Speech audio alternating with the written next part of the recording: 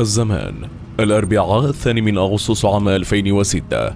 المكان: حي فيصل، الجيزة، مصر، في قلب القاهرة الكبرى التي لا تهدأ، حيث تمتزج أصوات الزحام بأصوات الأذان.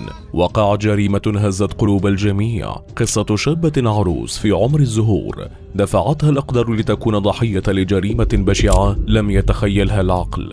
نحن اليوم هنا لنروي لكم حكاية كوثر، العروس التي لم يكمل زواجها سوى 5 أشهر. بأي ذنب قتلت؟ ومن قتلها؟ هيا بنا ندخل إلى السرداب لمزيد من التفاصيل حول هذه الجريمة المروعة.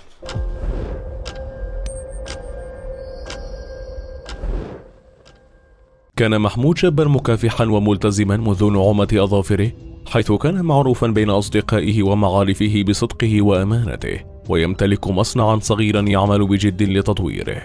في الوقت ذاته كان يبحث عن شريكة حياة تكون على نفس المستوى من التدين والالتزام. بعد أن حالفه التوفيق في عمله وجمع قدرا من المال يساعده على بدء أسرة جديدة، بدأ في البحث عن عروس. رشحت والدته له كوثر، فهي تعرف عائلتها جيدا. قرر أن يتقدم لخطبتها بعد أن استشار عائلته وصلى صلاة الاستخارة. كان يدرك أن الزواج مسؤولية كبيرة، وأنه يحتاج إلى شريكة حياة تشاركه قيمه ومبادئه. رأت فيه كوثر شابا على خلق وكرم ومن بيت أصيل، وتوسمت فيه خيرا، وتم الزفاف.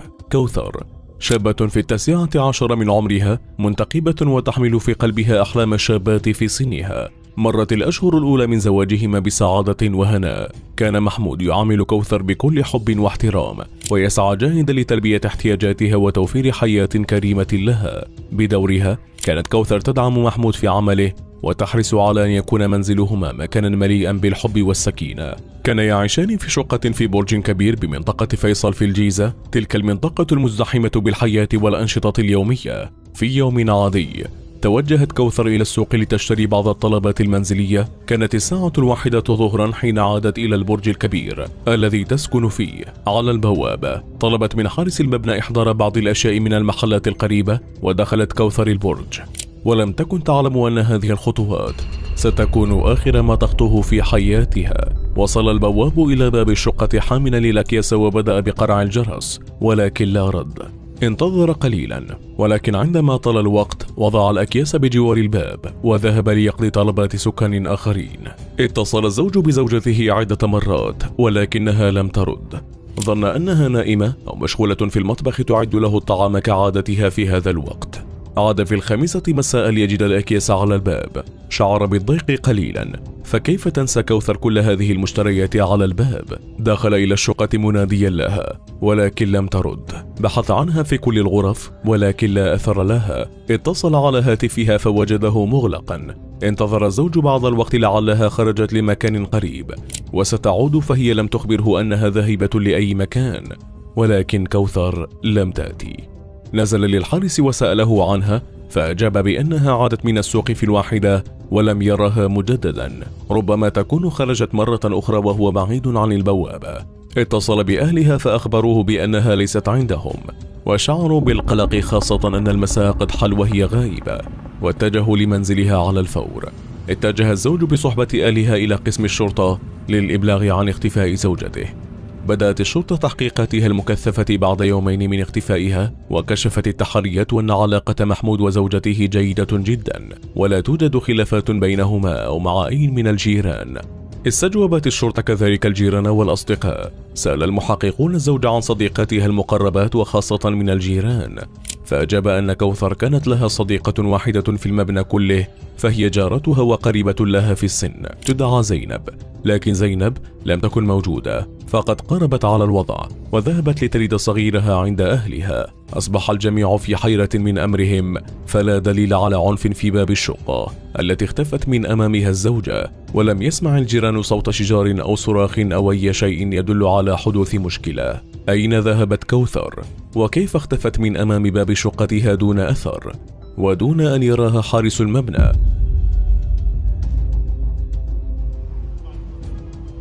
بعد مرور حوالي أسبوع من اختفائها، ظهر شيء قلب موازين القضية وغير إجراءات التحقيقات تماما.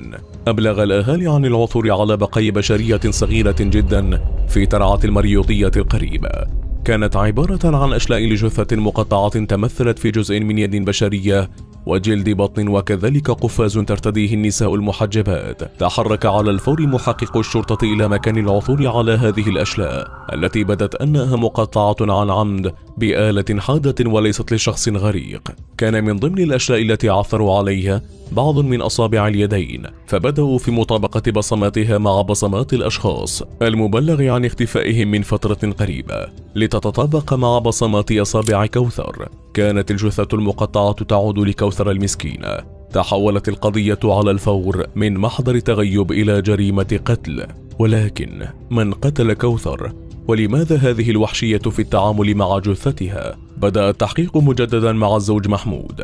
سئل عما إذا كان هناك خلافات بينه وبين كوثر مؤخرا، وهل يشك في شخص معين يتهمه بقتل زوجته.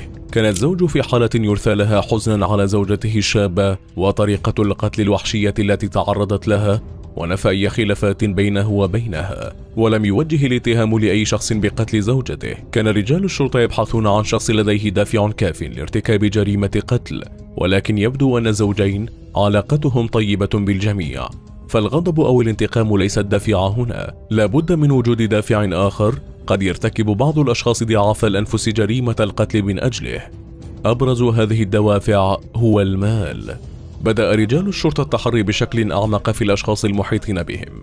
كان الرجل ميسور الحال ويتصف بالكرم، ويبدو ذلك واضحا في مستوى معيشة زوجته، فبدأوا بالتحري عن القريبين منها وخاصة الجيران لأنها اختفت داخل البرج ولم تخرج منه. تحرى رجال الشرطة عن كل الجيران وخاصة زوج صديقتها وجارتها زينب ويدعى رضا. وجدوا أنه يمتلك محلا للحلاقة، ولكنه كان يعاني من مشكلات مالية، فهو لم يسدد إيجار شقته في البرج ولا المحل الخاص به ل3 أشهر، بالإضافة إلى اقتراب موعد ولادة زوجته، مما يعني أنه بحاجة ماسة للمال. كشفت التحرية أيضا أنه بعد اختفاء كوثر سدد الجار فجأة إيجار شقته المتأخر كاملا، وكذلك إيجار محله، وسافر لزيارة ابنته وزوجته.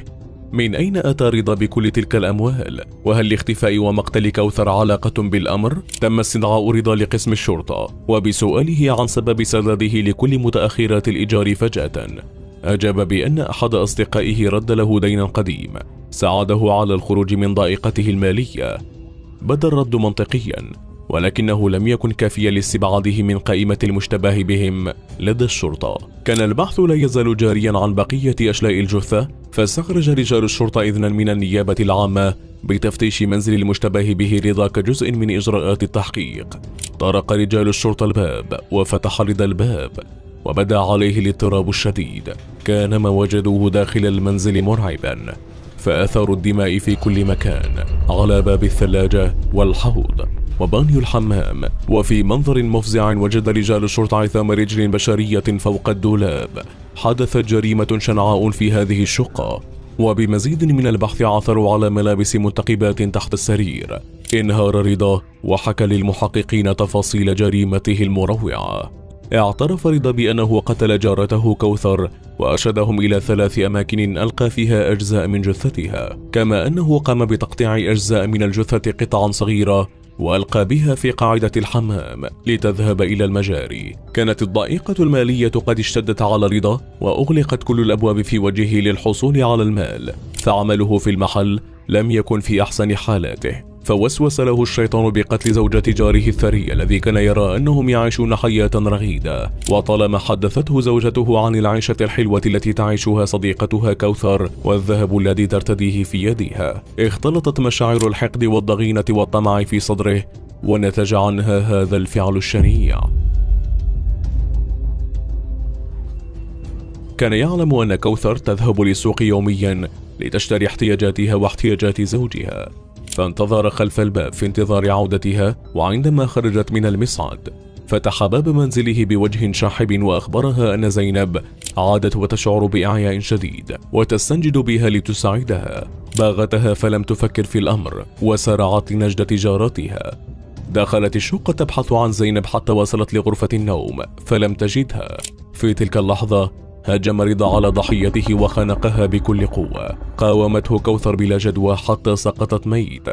أول ما فعله كان نزع الأساور الذهبية والدبلة والخاتم من يدها، ثم غطى الجثة وانطلق إلى محل عمله كأن شيئا لم يحدث. حل رضا مشاكله المالية، وبقيت له مشكلة أخرى عليه التفكير في حلها: جثة كوثر. عند عودته للبرج السكني وجد الزوج محمود عددا كبيرا من الجيران وأهل كوثر على باب المبنى، فوقف معهم وساعدهم في محاولتهم للبحث عنها، ثم ذهب لشقته وبدأ في تنفيذ مخططه الشيطاني. قرر رضا تقطيع الجثة والتخلص منها على أيام متعددة. أخذ الجثة إلى البانيو في الحمام وبدأ في تقطيع الأيدي ووضعها في الثلاجة. غمر الجثة بالماء في البانيو ووضع كميات كبيرة من الملح حتى يمنع ظهور رائحة للجثة. استيقظ في اليوم التالي على كابوس لكوثر وهي تطارده لتنتقم منه. شعر بالفزع وذهب للحمام فوجد الجثة في مكانها. ارتدى ملابسه وذهب لعمله بشكل طبيعي، وعاد في نهاية اليوم ليكمل ما بدأه. جمع الأجزاء الكبيرة التي قطعها من الجثة في 5 أكياس سوداء كبيرة، واتصل بصديقه الذي يمتلك سيارة وأبلغه أنه لديه كمية كبيرة من اللحم فسدت في الثلاجة بعد سفر زوجته، ويريد أن يتخلص منها بعيدا عن مكبات القمامة العادية حتى لا يأكل منها أحد. فصدقه صديقه. نزل رضا من الدور السابع بالمصعد أمام الناس الذين كانوا يبحثون عن كوثر، ولم يخطر في بال أحد منهم أن تلك الأكياس ال5 تحوي أجزاء من جثمانها. تخلص من الأكياس قرب ترعة الزمر وترعة المريوطية وقرب محطة مترو فيصل. في اليوم الثالث على اختفاء كوثر بعرض جزءا كبيرا من الذهب وسدد متأخرات الإيجار، وقرر زيارة زوجته. سافر إلى بلد زوجته وحكى لها نفس القصة التي قالها للشرطة، أن صديقا رد له دينا قديما. ذهب لأحد محلات الصاغة هناك وباع المتبقي من ذهب كوثر وأعطى لزوجته بعضا من المال، وعاد إلى فيصل حتى لا يشك أحد في سبب غيابه. ولم يكن يعلم أن الشرطة قد جمعت القدر الكافي من المعلومات عنه لإصدار أمر بتفتيش منزله والقبض عليه. شعر الجميع بالصدمة عند الكشف عن الجاني، ومنهم زوج كوثر محمود وزوجته رضا زينب. فرضا كان يبدي تعاطفه مع محمود ويبحث مع الناس عن كوثر المفقودة. الغريب في الأمر أن رضا حكى بكل هدوء عن جريمته وتفاصيلها، لم يكن يشعر بتأنيب ضمير أو خوف مما ارتكبه. حكم على رضا بالإعدام شنقا عقابا على جريمته، لكن ظلال ما فعله بقيت تخيم على أسرة كوثر وأسرته. فهل أخطأت كوثر في مصادقة زينب من البداية وارتدائها كما كبيرا من المشغولات الذهبية، أم أنها كانت تتصرف بتلقائية ورضا كان شخصا مختلا من الأساس؟ شاركونا آراءكم أذناه في التعليقات.